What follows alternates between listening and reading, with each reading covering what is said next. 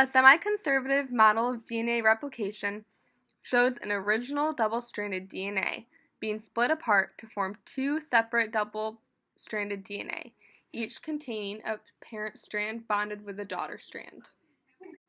Nucleotides are paired based upon the concept of complementary base pairing. This is where Chargaff's law comes in, which says that all adenines bind with thymines and thymines with adenines, and that all guanines pair with cytosines, and all cytosines with guanines.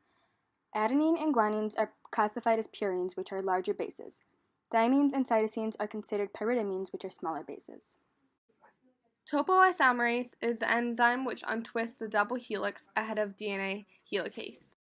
DNA helicase breaks apart the hydrogen-bonded nucleotides in the original DNA strand to create the two template strands. After the helicase, the replication fork occurs due to the splitting of the original strand. DNA replication occurs in the replication bubble. This is an area that encompasses the replication fork as well as all the proteins and enzymes that are associated with DNA replication. DNA molecules are composed of two anti-parallel strands of nucleotides, phosphate groups, and a 5-carbon deoxyribose sugar. The strands run in opposite directions and have a 5' end and a 3' end.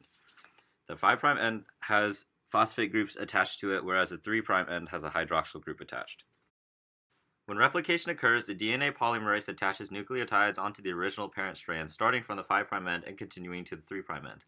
However, because the helicase can only break apart the nucleotides so fast, one side of the new daughter strands will have to go through discontinuous DNA synthesis.